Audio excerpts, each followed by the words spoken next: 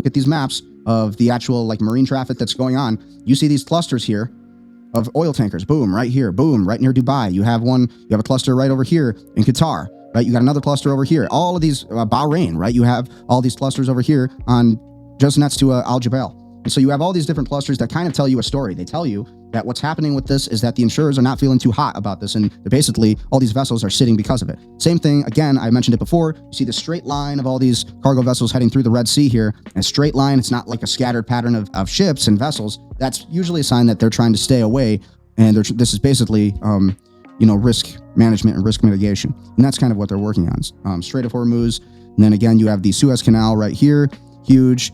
Again, more clusters over here. This is actually another port. You got a lot of anchored vessels over here. Again, that's a Greek crude oil tanker, but you see all of them. But everybody's anchored up. So that tells me that this war is still potentially on the verge of going hot again. Okay, we're kind of just in a waiting period. We're kind of in a limbo state. That's kind of how I would describe it. More anchored vessels over here. And again, you look at this is just near Akil, Al Balad, and you see some vessels all anchored over here. So everybody's kind of in limbo waiting for Trump's movements on this entire Iran war, whether or not we're going to continue it. Again with this Bitcoin thing, maybe the insurers will feel better about it if, especially July 4th, maybe when this entire Clarity Act passes, maybe you'll see this southern tip of Africa, you'll see some of that traffic, become a little bit less congested, right? You got a lot of congestion here, a lot of traffic going around this horn because they're avoiding that Strait of Hormuz. Okay, so they have to go all the way around instead of going through this Red Sea, right? So they have to go, instead of going through that Red Sea to Europe, a lot of these vessels have to go around Africa this entire way.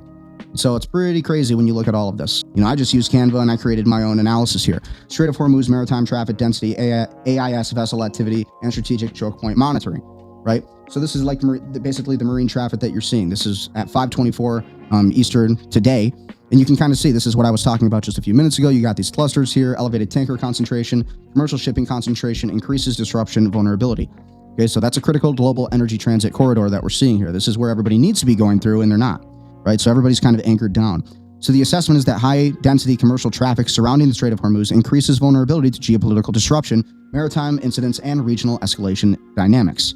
I tracked one flight earlier that I thought was kind of interesting. This was that C-17A Global Master 3, U.S. Air Force Strategic Airlift aircraft supporting military logistics and operational mobility. So again, when you see these aircrafts moving out of Saudi Arabia, what we've seen before, patterns showed us that there was usually strikes that came right after that. So when you see all this military craft moving upwards to Europe, typically it shows signs that there could potentially, maybe, be some kind of U.S. military action in the near future.